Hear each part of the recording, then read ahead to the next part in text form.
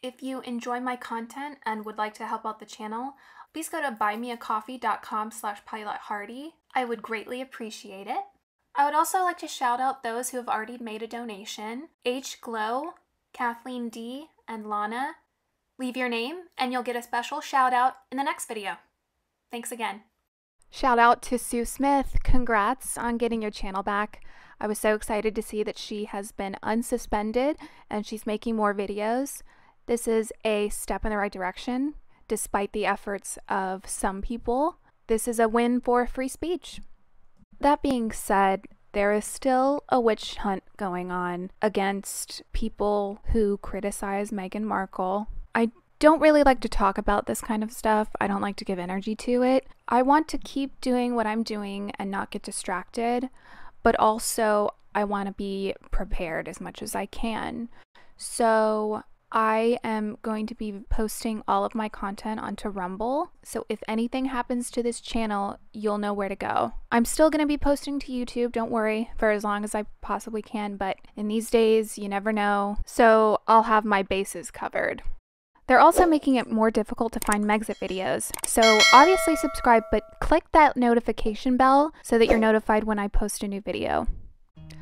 I am so excited to talk about the Caribbean Royal Tour. You wouldn't know it from the royal reporting, but sources that were on the ground say that it was a very successful tour, that the protests were very small in comparison to the wonderful welcome that William and Kate received in each Caribbean country. I adored Kate's looks. She looked fabulous as always. My personal favorite looks of the tour were her evening looks, particularly the pink sparkly dress and the deep green dress. The makeup and hair complemented both so perfectly. She never missteps. She makes everything she wears look good. Even that 80s inspired yellow dress, I know this is going to be controversial, but I adored it, even the bow in the front. And I'm obsessed that it's almost sold out, the looks coming back, all because of Kate. I am super proud of William and Kate. I know that they had to deal with a lot of quote-unquote controversy that, in my opinion, was mostly manufactured, including the criticism of the Cambridges for riding in the Land Rover, giving homage to the Queen and Prince Philip.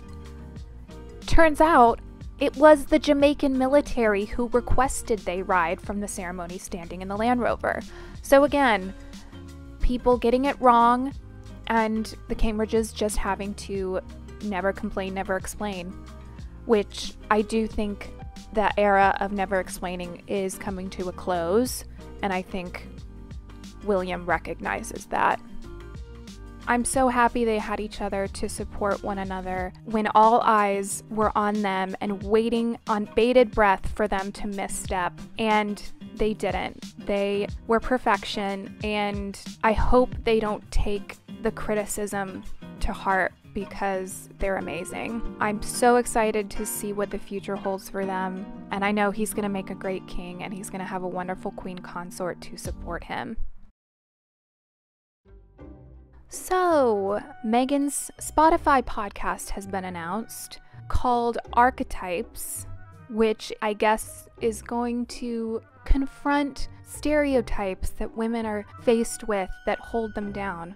This announcement comes very quickly after both Netflix and Spotify were taking control of Archwell's projects because nothing was being done. So I can only imagine how that phone call went, of Spotify calling up the Duchess and being like, do something now or we're dropping you.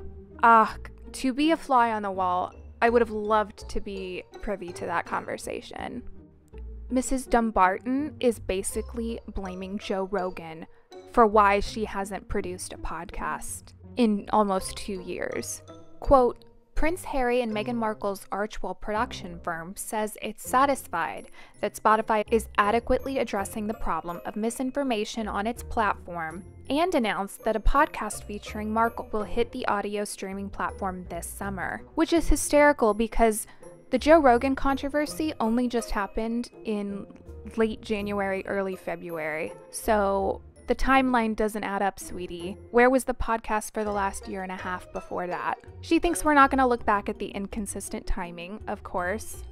The promo for the show uses the word typecasting, and she's on record of saying that she was never faced with typecasting because she was basically only on one successful show, so she hadn't been experienced enough to face typecasting. Although from her little bit parts, there was a little bit of a theme going, if you know what I mean. You get typecast? You know, I don't know yet. I certainly How would you know? Yeah, how would I? I mean, like, especially because I've been on this show for so long, but I hope. Well, I'll be interested to see if she claims differently on this podcast. We recently found out that, of course, she's trying to trademark the word archetypes. I mean, I get it's the title of her show, but I would love to see the list of things that they've tried to trademark. I'm sure it's ridiculous. And she's really stretching with the word archetypes. That doesn't have a negative connotation. Stereotypes does, but that doesn't fit the brand of everything starting with arch. I'm sure we'll see the Sussexes try to trademark every word in the English language that has arch in it. And really quick, I just want to mention a couple things about the memorial. Firstly, Kate, again, as usual, looked stunning. I loved the dress, and the hat was fierce, looked so good, and of course the children are precious. But then also, now I don't want to speculate, but this moment from Princess Anne towards Eugenie was savage, to say the least. Again, I'm not gonna assume I know what's going on here, but you can see Anne's like, nope, bye. She's having none of it. And we can only imagine why that is. All right, everyone, we have to talk about all of the snubs. It seems like they're one right after the other. I don't understand the reasoning behind constantly putting out rumors that they're going to be at an event just for them not to show up and for it to come out that they weren't even invited. It just amplifies the fact that they're not as important as they thought they were, and they didn't take over Hollywood like they thought they would. There's so many. I mean, there was the Obama party, and then more recently it was the Oscars, then all of the after parties, even the Grammys. You'd think that they would get an invite as major celebrities. And someone pointed this out, which was so true. She was on the cover of Vanity Fair. They're close friends with the Eltons. They work for Netflix, and yet they weren't invited to any of those after parties, which was very interesting. And the social event of the season, the Beckham wedding. Before it happened, we got bombarded with headlines claiming that Meghan and Harry had been invited and that Meghan had reconciled her friendship with Victoria, which, of course, again, turned out not to be true, that the Cambridges were actually the ones that were invited. So just another event that we were led to believe the Sussexes were attending, and turns out they didn't. Bizarre. And last but not least, the final snub from the King and Queen of the Netherlands themselves, formally stating that they would not be receiving an audience with the Sussexes and they wouldn't be staying with them as guests either, which I thought was very telling, that they would come out with such an official statement, making sure that everyone knew that they would not be entertaining them. I think that says a lot. And I can't say that I'm surprised. I mean, we just saw them attend Prince Philip's memorial, so I kind of got the sense of where their loyalties lie. And from this latest snub, it's definitely not with the Sussexes. Breaking news, guys. This literally came out yesterday. The Queen has invited Prince Harry and Meghan to join the royal family on the Buckingham Palace balcony at her Platinum Jubilee celebrations. I don't really know what to say. Now, this hasn't been confirmed by the palace, but if this is true, this is a huge statement. And I hope it's not true. I honestly don't believe it. There's no way that they would do that to the British public. Also, I don't think that they would risk the backlash. They can't afford controversy right now. I can only imagine that if they were on the balcony, there would be booing. Loud booing. Tomatoes, maybe.